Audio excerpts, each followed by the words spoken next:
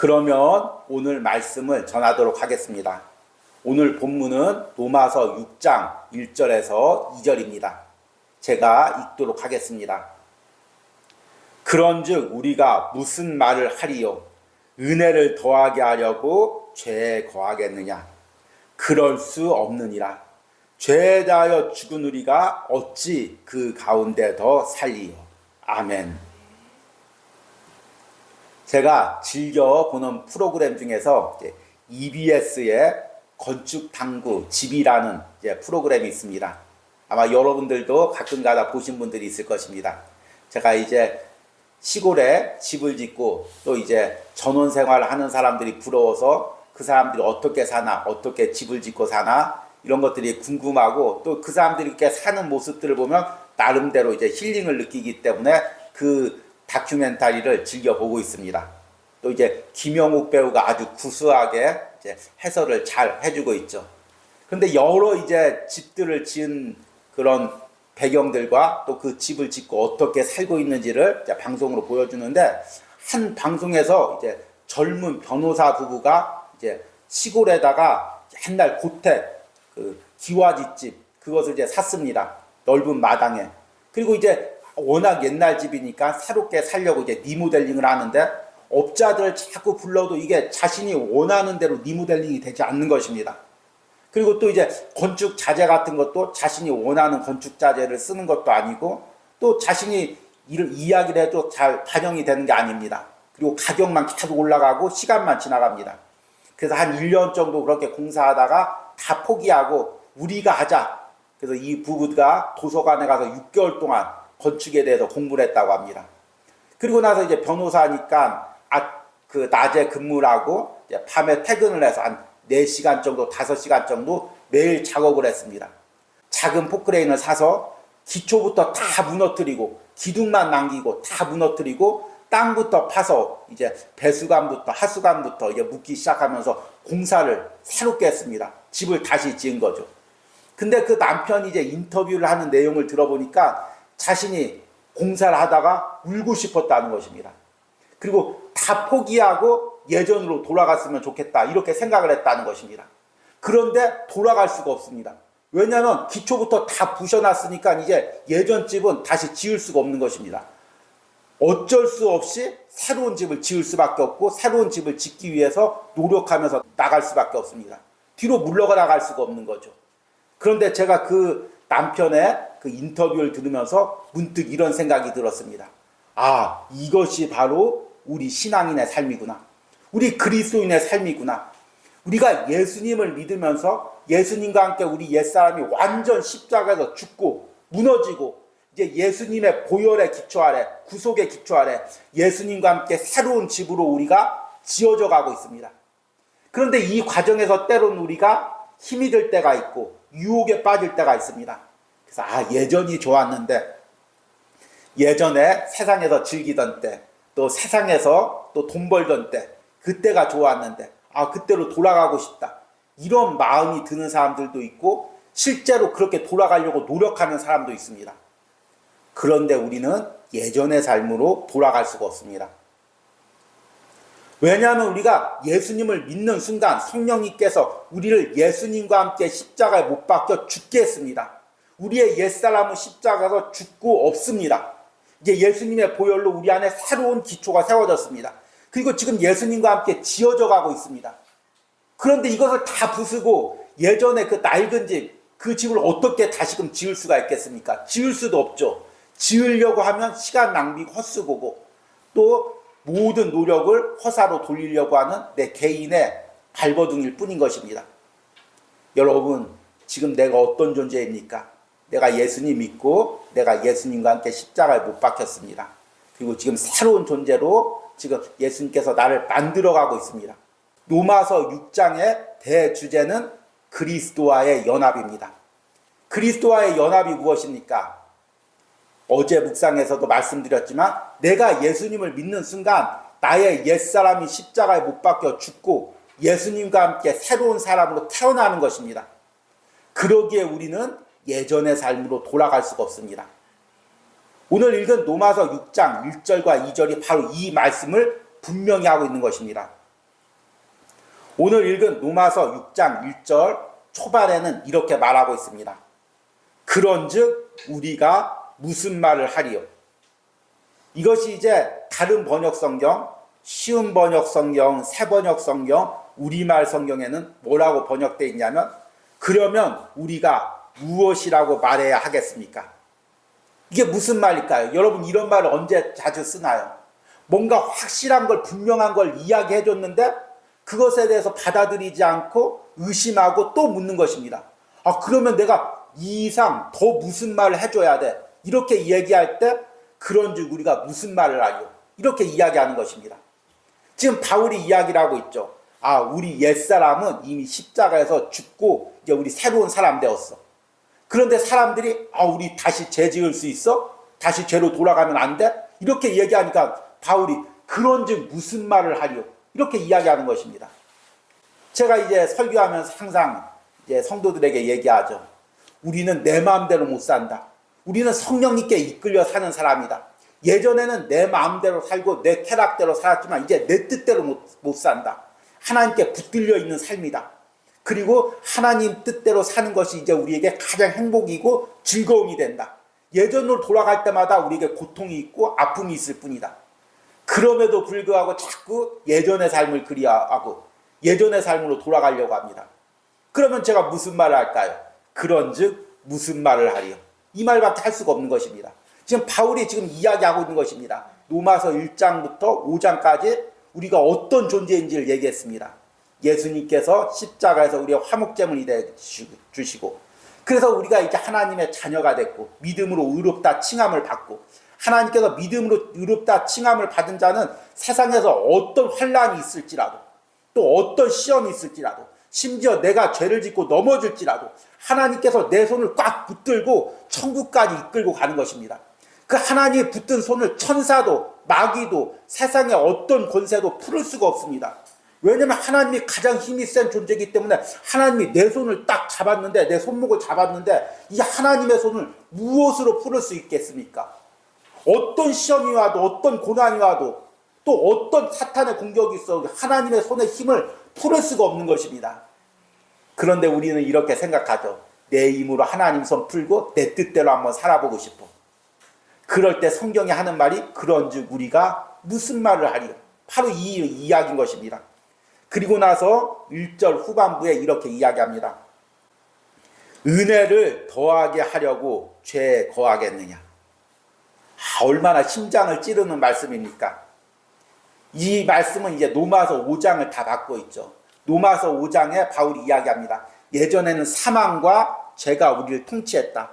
아담의 죄의 영향을 받고 아담과 연합된 사람들은 이제 사망이 우리를 통치했다.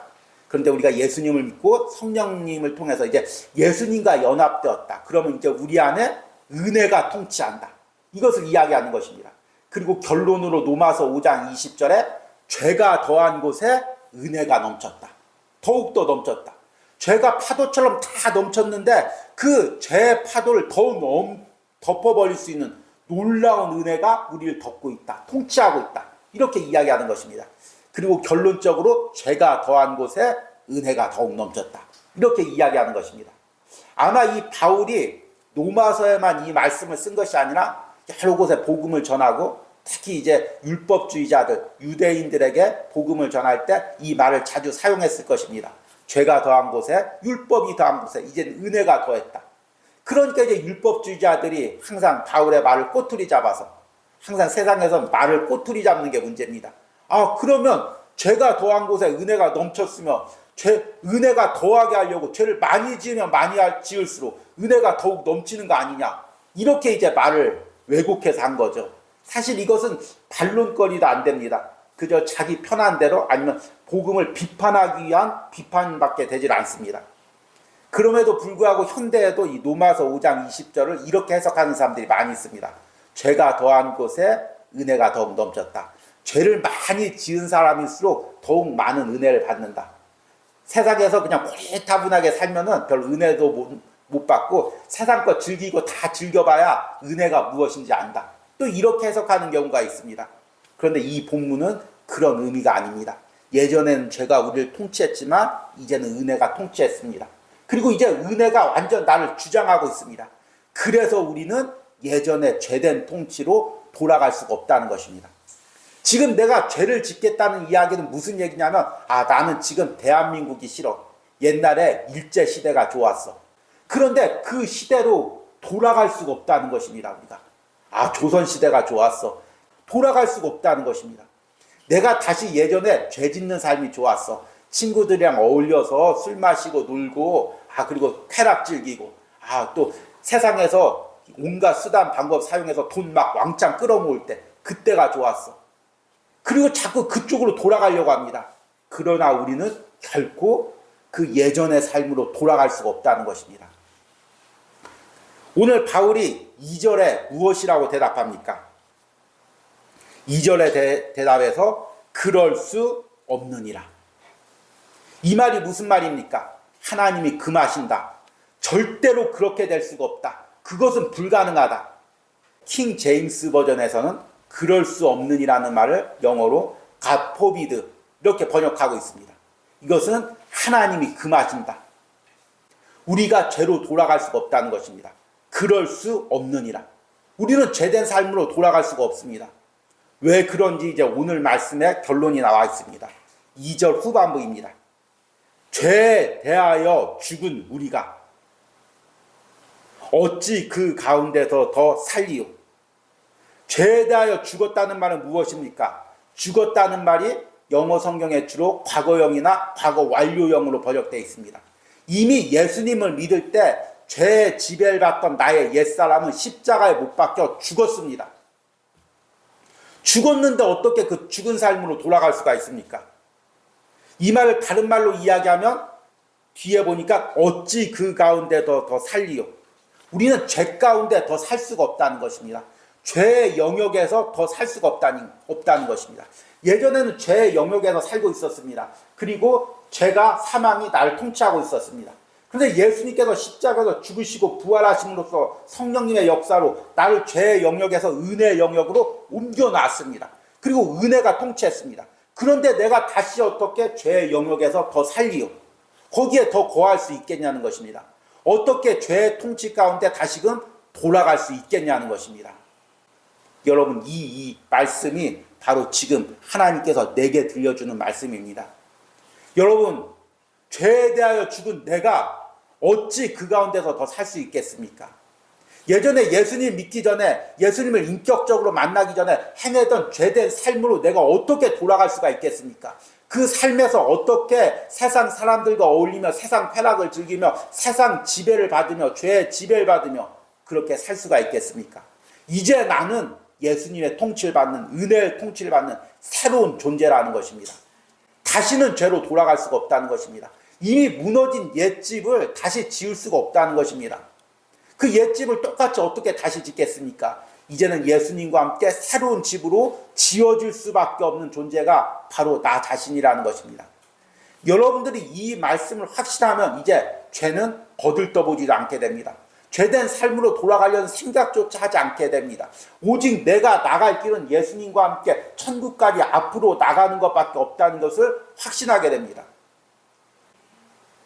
그런데 이렇게 이야기를 해서 꼭 질문이 있죠. 그런데 목사님, 우리가 예수님 믿으면 죄에 대해서 죽고 새 사람이 되었다고 하는데 여전히 저는 죄의 유혹에 넘어가고 있습니다. 여전히 죄를 짓고 있습니다. 그러면 내가 새 사람이 된 게 아닌가요? 또 저 사람을 보니까 예수님 믿는다고 하면서 예전보다 더 많은 죄를 짓고 있습니다. 저 사람 구원받지 못한 거 아닌가요? 이렇게 이야기할 때가 있습니다. 그 사람이 구원받았는지 구원받지 않았는지는 이제 하나님께서 판단하실 거고, 중요한 것은 우리 자신입니다. 내가 분명히 예수님의 십자가의 보혈로 구원을 받았는데 새 사람이 되었는데 왜 예전의 죄를 지을까요? 몇 가지 이유가 있습니다. 첫 번째 이유는 옛 습관입니다. 옛 습관 하니까 이거 별거 아니네요 생각할지 모르지만 여러분, 이 습관이라는 게 얼마나 무서운지 모릅니다. 습관이 평생도록 남습니다. 여러분, 우리가 새 사람이 되어도 우리 몸이 죄된 습관을 기억하고 있습니다. 예전에 세상에 놀던 것, 예전에 세상에서 즐기던 것, 그리고 예전에 행하던 방법들, 예전에 가졌던 악한 마음들, 이것이 자동적으로 몸에 배어 있습니다. 그래서 이제 예수님 믿고 은혜 받고 부흥 집회 가서 새 사람이 된 사람이 어느 날 술집 앞을 딱 지나가면 자동적으로 술집 앞으로 들어가게 돼 있습니다. 은혜 받고 담배 끊은 사람이 자동적으로 담배를 딱 보면 자동적으로 손이 가게 돼 있고 라이터로 손이 가게 되어 있습니다. 왜냐하면 몸이 기억하기 때문입니다. 예전에 죄된 습관을 몸이 기억하고 있기 때문입니다. 여러분, 예수님 믿고 새 사람이 된다는 건 내가 영적으로 새 사람이 된다는 것과 함께 예전에 내 몸에 남아있던 죄된 습관을 다 십자가에 못 박는 것을 의미합니다. 여러분, 오늘 말씀을 들으면서 지금 내 안에 남아있는 죄된 습관이 무엇인지를 한번 생각해 보시기 바랍니다. 우리 안에 다 그런 습관들이 몇 가지씩 있습니다. 그것들이 다시금 자꾸 그 옛 삶으로, 옛 생각으로, 옛 습관으로 나를 되돌리려고 합니다. 이런 모든 죄된 습관을 십자가에 못 박으시기 바랍니다. 두 번째는 죄에 대한 강박입니다. 강박하니까 조금 이상하게 들릴지 모르지만 우리 안엔 다 강박된 마음들이 다 있습니다. 특히 이제 예전에 이제 나이 드신 분들은 이제 가난하게 사신 분들이 있습니다. 가난하게 사신 분들은 돈이 아무리 많아도, 아무리 큰 아파트에 살아도, 먹을 게 아무리 많아도 예전에 굶었던 삶, 어려웠던 삶에 대한 강박이 있습니다. 그래서 분명히 충분히 집이 넓고 돈도 많고 앞에 슈퍼만 가면 먹을 것을 다 사올 수 있는데 막 창고에 먹을 것을 막 쟁여놓습니다. 썩어나도 막 쟁여놓습니다. 왜냐하면 예전에 그 가난했던 삶에 그 트라우마가 있기 때문에 먹을 거 있으면 쟁여놔야 돼. 이렇게 생각합니다.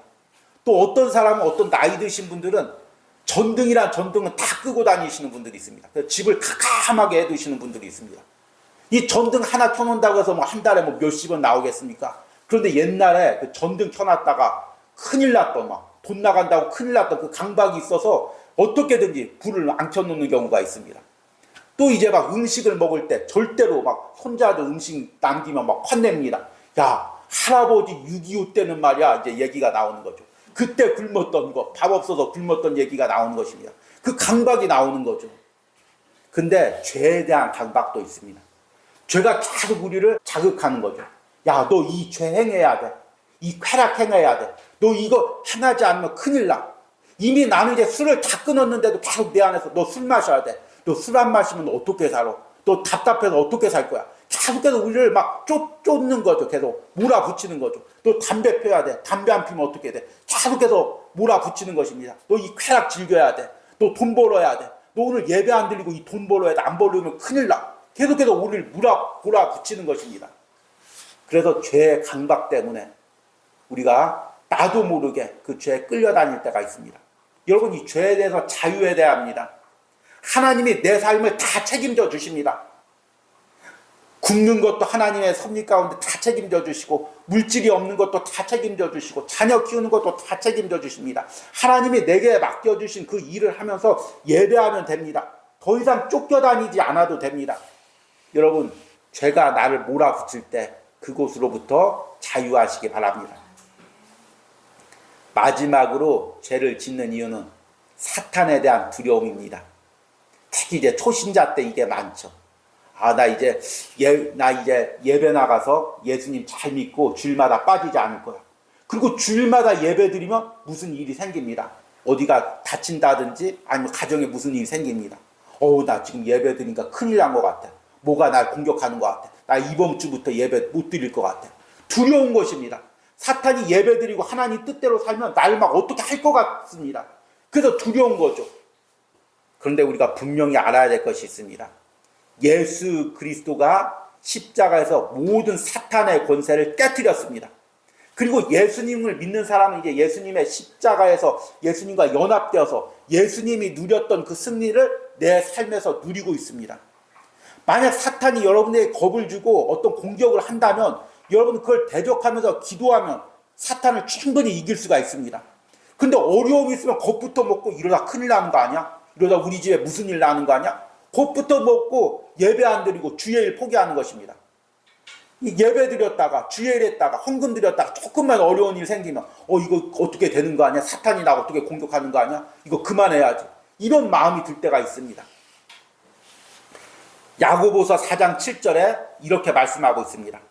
그런즉 너희는 하나님께 복종할지어다. 마귀에게 복종하는 것이 아니라 사탄에게 복종하는 것이 아니라 그런즉 너희는 하나님에게 복종할지어다. 마귀를 대적하라.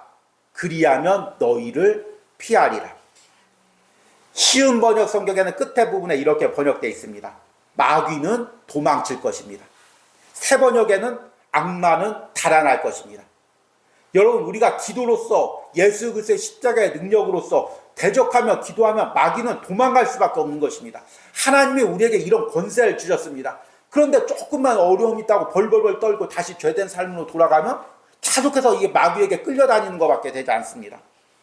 미국에서는 북부와 남부가 있었는데 노예들이 주로 남부에 많이 있었습니다. 그런데 이제 남북전쟁이 일어나고 노예들이 다 해방되었습니다. 근데 늙은 노예가 여전히 젊은 주인한테 벌벌 떠는 것입니다. 분명히 자신은 노예에서 해방되었는데 예전에 그 주인에게 복종하던 습관이 있어가지고 주인만 나타나면 벌벌벌 떠는 것입니다.